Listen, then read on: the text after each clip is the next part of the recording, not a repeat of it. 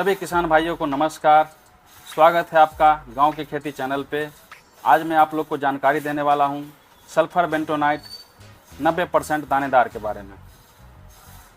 Sulphur तत्व nitrogen, phosphorus और potash के बाद चौथा सबसे अत्यधिक उपयोग होने वाला एक पोषक तत्व है, जो वर्ष 1999 में लगभग देश के 130 जिले में इस तत्व की कमी पाई गई। फिर 2012 के सर्वे में 255 जिलों में इस तत्व की कमी देखी गई। लेकिन आज के दौर में लगभग हर जिले में सल्फर तत्व की कमी है, मृदा में कमी है इसकी। सल्फर की आवश्यकता तेल और दाल वाली फसलों में अत्यधिक मात्रा में मृदा से अवशोषण होता है, जिसके कारण इसकी कमी आज के दौर में हमेशा बनी रहती है। 2025 के दौर में लगभग देश के सभी जिलों की मृदा में सल्फर तत्व की कमी देखी जा रही है। सल्फर तत्व का लगातार सघन खेती से फसलों द्वारा अवशोषण एवं ऊपर से इसका प्रयोग न करने के कारण इसकी कमी मृदा में होती जा रही है, दिन प्रतिदिन होती जा रही है, जिसके कारण फसल और उसके उत्पादन पर नकारात्मक प्रभाव देखने को मिल रहा है। भूमि में 70 से 90% गंधक कार्बनिक पदार्थ में उपस्थित रहता है, जो कि रूपांतरित होकर या फिर खनिजीकरण प्रक्रिया के द्वारा सल्फेट SO4 में तब्दील होकर पौधों को मिलता रहता है। तो चलिए आगे इसके बारे में और विस्तार से जानते हैं। सल्फर के कार्य और उसके लाभ के बारे में जानते हैं। पौधों के पत्तियों द्वारा भोजन बनने की प्रक्रिया में यानी कि फोटोसिंथेसिस में हरेपन यानी कि क्लोरोफिल के निर्माण में उत्प्रेरक का कार्य करता है, यानी कि उसको प्रोत्साहित करने का कार्य करता है। अतः इस पोषक तत्व की कमी होने के कारण या इसके अनुपस्थिति में पौधा भोजन कम बनाता है और प्रोटीन बनने के लिए अमीनो अम्ल मिथियोमिन, सिस्टीन और सिस्टाइन का निर्माण करता है। यह तत्व तिलहनी फसलों में दानों में तेल बढ़ाने का बहुत ही महत्वपूर्ण भूमिका निभाता है। सल्फर कुछ विटामिनों जैसे कि बायोटीन और थायमिन के निर्माण तथा कुछ एंजाइम की सक्रियता को बढ़ाता है। सल्फर कुछ विटामिनों जैसे कि बायोटीन और थायमिन के निर्माण तथा कुछ एंजाइम की सक्रियता को बढ़ाता है। यह तत्व नाइट्रोजन स्थिरीकरण करने वाली दलहनी फसलों के ग्रंथियों में वृद्धि करता है।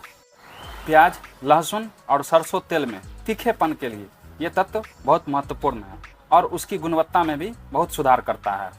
आलू, शकरकंद में स्टार्च, गन्ने में चीनी और चारे वाली फसलों में पौष्टिकता में बहुत ही बेहतरीन सुधार करता है। अब आपके मन में एक सवाल होगा कि सल्फर पूर्ति करने के लिए मृदा में सल्फर बेंटोनाइट 90% यानी कि 90% ही क्यों दिया जाए? क्योंकि इसमें सल्फर 90% यानी कि बहुत ज़्यादा ही मिलता है। सल्फर बेंटोनाइट में सल्फर तत्व को बेंटोनाइट क्ले यानी कि एक प्रकार की मिट्टी में मिलाकर उसको बहुत ही छोटी छोटी टिकियों में बनाया जाता है, जो कि मृदा में जाने पर नमी जैसे ही मिलता है वो 3 से 5 गुना फूल जाता है। उसके बाद सल्फर के साथ क्रिया करने वाले जीवाणु आसानी से उसके साथ ऑक्सीकरण कर पाते हैं। फलस्वरूप पौधों को सल्फर तत्व अतिशीघ्र मिल जाता है और सल्फर तत्व जब तक सल्फेट के रूप में रूपांतरित नहीं हो जाता है तब तक वो मृदा में निछालन यानी कि मृदा में बर्बाद होने से बचा हुआ रहता है। सल्फर बेंटोनाइट सल्फर तत्व का फसल को उपलब्ध कराने के साथ साथ नाइट्रोजन और फास्फोरस और सूक्ष्म पोषक तत्व के अवशोषण को भी बढ़ाता है। जमीन में ऑक्सीकरण करने वाले जीवाणुओं की संख्या में भी बहुत बेहतरीन वृद्धि करता है। सल्फर बेंटोनाइट खाद सल्फर देने के लिए बहुत ही सस्ता और बहुत ही अच्छा स्रोत है। अब आते हैं फसलों में सल्फर बेंटोनाइट की प्रयोग विधि एवं मात्रा। किसी भी फसल में बुआई से पहले या फिर आखिरी जुताई से पहले मृदा में छिड़क कर और इसको अच्छी तरह से मिला देना चाहिए। अब कुछ फसल और इसके डोज मैं बता दे रहा हूँ आपको।